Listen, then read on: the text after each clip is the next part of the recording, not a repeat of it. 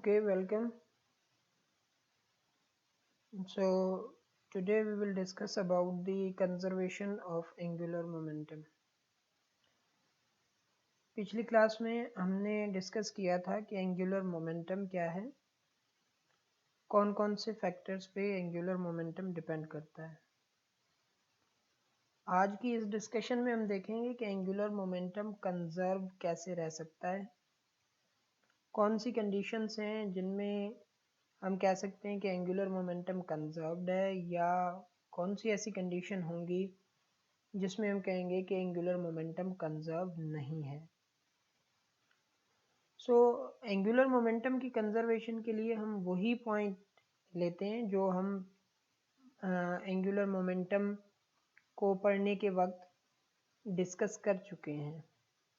वो ये इक्वेशन थी जो आपको बिल्कुल ये नज़र आ रही है equation, sum of tau is equal to r cross sum of F equal to r cross d p over d T.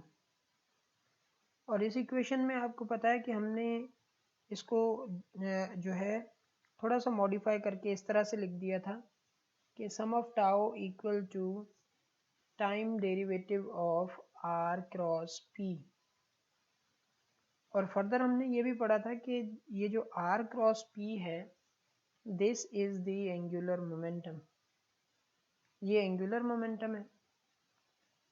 जब ये एंगुलर मोमेंटम है तो फिर हम जो अबव इक्वेशन है उसको इस तरह से लिख सकते हैं कि sum of tau equal to time derivative of angular momentum, या हम इसको इस तरह से भी कह सकते हैं कि rate of change of angular momentum with respect to time is equal to sum of all torques acting on the particle or system of particle।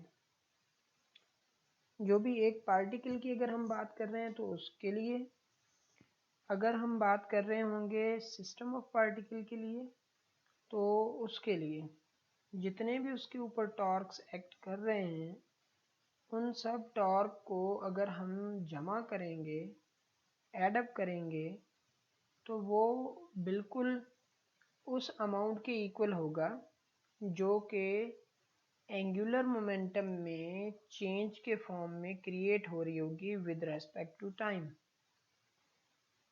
Let's say कि एंगुलर मोमेंटम चेंज हो रहा है 20 जूल इनटू सेकंड, और जो time उस change को लग रहा है, जो टाइम उसके लिए ऐसा कह लें कि इलेप्स हो रहा है, वो टाइम है 4 सेकेंड्स।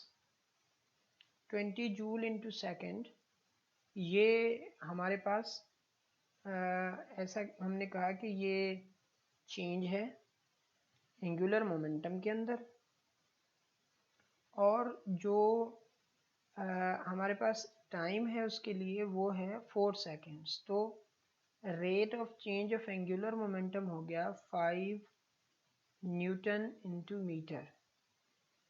ठीक है जी, ये आ गई हमारे पास time derivative of angular momentum.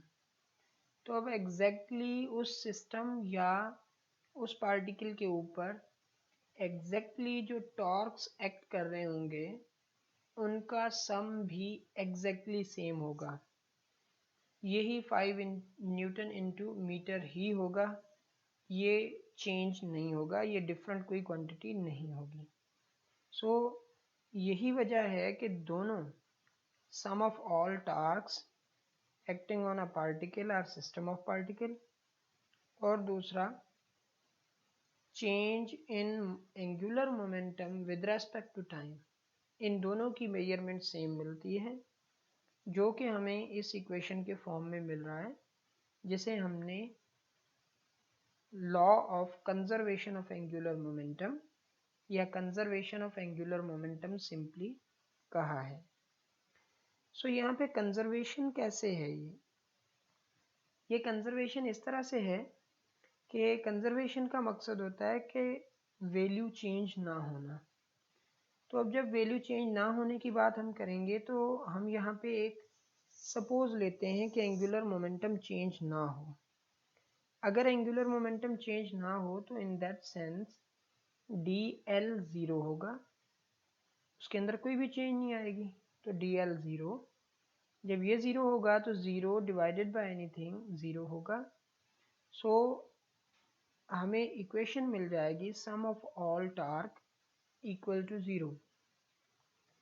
एक हम ये तरीके का अप्लाई कर सकते हैं कि हमें यहाँ से ये पता चला कि अगर हम एंगुलर मोमेंटम में चेंज नहीं चाहते, हमें एंगुलर मोमेंटम कंजर्व चाहिए, तो उसके लिए टॉर्क का सम ज़ीरो होना ज़रूरी है। This is the main point. या दूसरी तरह से आप ऐसे इसको डिफाइन कर लें कि अगर सम ऑफ ऑल टॉर्क्स हम ज़ीरो कर दें, हमने डायरेक्टली इसी को ज़ीरो अज्यूम कर लिया। जब हम इसकी वैल्यू ज़ीरो लेंगे तो यही ज़ीरो वैल्यू यहाँ पे आप सब्सटीट्यूट कर दें। जब आप यहाँ पे ये वैल्यू सब्सटीट्यूट करेंगे तो ये आ जाएगा zero equal to change in angular momentum with respect to time. Time d t divide कर रहा है, तो दोनों साइड पे हम डी टी मल्टीप्लाई कर देंगे। यहाँ पे डी टी और डी टी कैंसिल हो जाएगा और यहाँ पे डी टी इसके साथ मल्टीप्लाई होकर ज़ीरो ही रहेगा। So D L must be equal to zero. जिसका मकसद भी यही मिल रहा है कि अगर हम एंगुलर मोमेंटम देखते हैं कि वो हमें कंजर्व मिल रहा है, तो वो सिर्फ तभी कंजर्व मिल सकता है, सिर्फ उस कंडीशन में कंजर्व मिल सकता है जब टॉर्क का सम ज़ीरो होगा। Otherwise change in angular momentum zero नहीं होगा, एंगुलर मोमेंटम कंजर्व नहीं होगा। So this is the conservation of angular momentum, जिसको आप दो तरह से डिफाइन कर सकते हैं। दोनों हमने डिफाइन की है, लेकिन मैं फिर से रिपीट करता हूँ कि एक आप ये कह सकते हैं कि if we want to keep angular momentum conserved, then the sum of all torques acting on the particle or system of particle must be taken as zero। अगर हमें एंगुलर मोमेंटम कंजर्व चाहिए तो जो भी एक्सटर्नल टॉर्क का सम है वो हमें क्या चाहिए, ज़ीरो चाहिए। ठीक है, ज़ीरो होना चाहिए। दूसरा, आप इसी को स्टेटमेंट को थोड़ा चेंज करके इस तरह से बयान कर सकते हैं, whenever sum of all torques acting on the particular system of particle, then angular momentum of that particular system of particles must be conserved। अगर किसी सिस्टम का के ऊपर लगने वाला जो टॉर्क है वो उसका सम ज़ीरो मिल रहा है, तो आप ये समझ लें कि उसका एंगुलर मोमेंटम कंजर्व होगा, एंगुलर मोमेंटम चेंज नहीं हो सकता। तो एंगुलर मोमेंटम को चेंज करने के लिए टॉर्क की ज़रूरत है, टॉर्क के सिवा एंगुलर मोमेंटम चेंज नहीं हो सकता।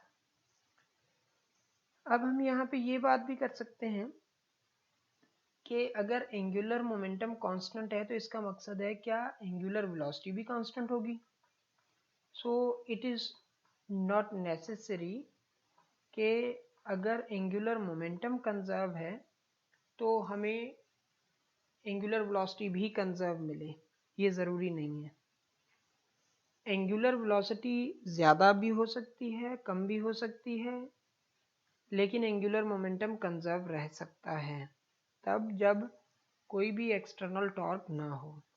जैसा कि आपको ये एक एग्जांपल नज़र आ रहा है कि किसी लम्हे पे वेलोसिटी एंगुलर वेलोसिटी ज़्यादा है, किसी लम्हे पे एंगुलर वेलोसिटी कम है और एक्सटर्नल टॉर्क कुछ भी नहीं है, फ्रिक्शनल फोर्स है लेकिन वो नेग्लिजिबल है। तो एंगुलर वेलोसिटी कम कब है, एंगुलर वेलोसिटी ज़्यादा कब है। अगर आप इस पिक्चर को गौर से देखें तो आपको ये पता चलता है कि जब इनिशियल इंस्टेंट पे दोनों बाजू साइड पे निकले हुए हैं और उसके साथ साथ जो लेग है वो भी बाहर को निकाली हुई है, उस वक्त एंगुलर वेलोसिटी कम है। जैसे बाजू जिस्म के पास आते जा रहे हैं तो उस कंडीशन में एंगुलर वेलोसिटी बढ़ रही है, और फिर जैसे ही वो अपनी एंगुलर वेलोसिटी डिक्रीज़ करना चाह रही है तो उस कंडीशन में उसे क्या करना पड़ रहा है, बाजू को और लेग को जो ओरिजिन पॉइंट है उससे दूर करना पड़ रहा है। तो उस कंडीशन में उसकी वेलोसिटी कम हो रही है, एंगुलर वेलोसिटी। सो मतलब एंगुलर वेलोसिटी ज़्यादा भी हो सकती है, कम भी हो सकती है, लेकिन एंगुलर मोमेंटम कंजर्व है दोनों स्टेट में। ये कैसे हो सकता है कि एंगुलर मोमेंटम कंजर्व हो और जो एंगुलर वेलोसिटी है वो कम और ज़्यादा हो रही हो? जी हाँ, ये हो सकता है। ये इस तरह से हो सकता है कि आप इस इक्वेशन को देखें कि एंगुलर वेलोसिटी क्या होती है, एंगुलर मोमेंटम क्या होता है, आई इंटू ओमेगा। ठीक है, तो मैंने ये डब्ल्यू ही लिखा है, ओमेगा को भी, तो ये इक्वल है किसके, एल के। अब हम आ जाते हैं इस बात पे कि एंगुलर मोमेंटम कंजर्व है, तो इसका मकसद है आई इनिशियल और ओमेगा इनिशियल की जो वैल्यूज़ हैं उनकी कुछ ना कुछ प्रोडक्ट होगी। ये डेफिनेटली इक्वल होगी किसके, आई एफ और ओमेगा एफ के। अब जब आप देखें कि इस पिक्चर में जो लेग है वो भी ओरिजिन से, ये रोटेटिंग ओरिजिन है, ठीक है, एक लेग एक्सिस ऑफ रोटेशन है, दूसरी लेग उससे दूर है, तो उस कंडीशन में जो आई की वैल्यू है, आई इनिशियल की वैल्यू वो ज़्यादा है और ओमेगा कम है। फिर जैसे जैसे वो अपनी स्पीड बढ़ा रही है तो कर क्या रही है, स्पीड बढ़ा उस कंडीशन में रही है जब बाजू भी अपने करीब ला रही है और उसके साथ साथ जो लेग है उसको भी जो है ना नज़दीक ला रही है। जब मास ओरिजिन से कम दूरी पे होगा उस कंडीशन में जो मोमेंट ऑफ इनर्शिया है वो कम हो जाएगा और ओमेगा एफ बढ़ जाएगी। तो स्लो वाली कंडीशन में ओमेगा कम है और आई ज़्यादा है, फास्ट वाली कंडीशन में आई कम है और ओमेगा ज़्यादा है। तो इसका मकसद है ये वैल्यू हमारे पास दोनों की प्रोडक्ट जो हैं ये हमें सेम ही मिल रही हैं, ये चेंज नहीं हो रही। जस्ट चेंज क्या हो रहा है, आई चेंज हो रहा है, जस्ट क्या चेंज हो रहा है, ओमेगा चेंज हो रहा है। सो एंगुलर वेलोसिटी का कम होना, एंगुलर वेलोसिटी का ज़्यादा होना ये हो सकता है, लेकिन एंगुलर मोमेंटम कंजर्व रहेगा अगर कोई भी एक्सटर्नल टॉर्क एक्ट नहीं करेगी। एक्सटर्नल टॉर्क एक्ट करेगी तो एंगुलर मोमेंटम चेंज हो जाएगा। So this is the conservation of angular momentum. तो इसी तरह से हम ये भी देखते हैं कि अर्थ एक complete revolution about its own axis लगाती है 24 घंटे में। लेकिन अगर सपोज कर लें कुछ ऐसा हो जाए कि उसका मास जो है वो सेम ही रहे लेकिन जो है उसकी साइज़ कम हो जाए, तो साइज़ कम होने की वजह से क्या होगा कि उसका मोमेंट ऑफ इनर्शिया कम हो जाएगा। मास सेम है लेकिन आर कम होगा तो मोमेंट ऑफ इनर्शिया भी कम हो जाएगा। तो मोमेंट ऑफ इनर्शिया कम होगा तो उसकी एंगुलर वेलोसिटी बढ़ जाएगी। जब एंगुलर वेलोसिटी बढ़ती है तो टाइम पीरियड कम हो जाता है। तो जैसे जैसे लेट्स से अर्थ श्रिंक होना शुरू होगी तो श्रिंक होने की वजह से क्या होगा कि एंगुलर वेलोसिटी बढ़ेगी और टाइम पीरियड कम होता जाएगा। इसका मकसद है कि duration of the solar day कम होता चला जाएगा। अगर वो एक्सपेंड होगी हैविंग द सेम मास, उस कंडीशन में क्या होगा, एंगुलर वेलोसिटी कम हो रही होगी और टाइम पीरियड बढ़ रहा होगा और ड्यूरेशन ऑफ द डे जो है वो इंक्रीज हो जाएगा। So this is an example of conservation of angular momentum. या आप स्विमिंग पूल के ऊपर देखते हैं कि एक डाइवर है जो कि डाइव कर रहा है। जब वो अपने जिस्म को सीधा रखता है तो उस कंडीशन में वो जो कलाबाजियाँ हैं वो कम खा सकता है, सोमरसॉल्ट्स कहते हैं, वो कम खाता है। लेकिन जैसे ही वो अपने जिस्म को सुकेड़ लेता है, अपनी टांगों को और बाजू को जो है वो अपने पेट के साथ मिला लेता है, तो उसका मोमेंट ऑफ इनर्शिया कम हो जाता है और उसकी रोटेशनल स्पीड बढ़ जाती है। तो उस कंडीशन में वो रोटेशनल वेलोसिटी ज़्यादा रखता है और ज़्यादा कलाबाजियाँ थोड़े टाइम के अंदर जो है वो लगा सकता है। This is another example of conservation of angular momentum. So ये कंजर्वेशन ऑफ एंगुलर मोमेंटम है जिसकी बेसिस पे आप कुछ प्रॉब्लम्स भी आपको सॉल्व करने के लिए मिल सकते हैं।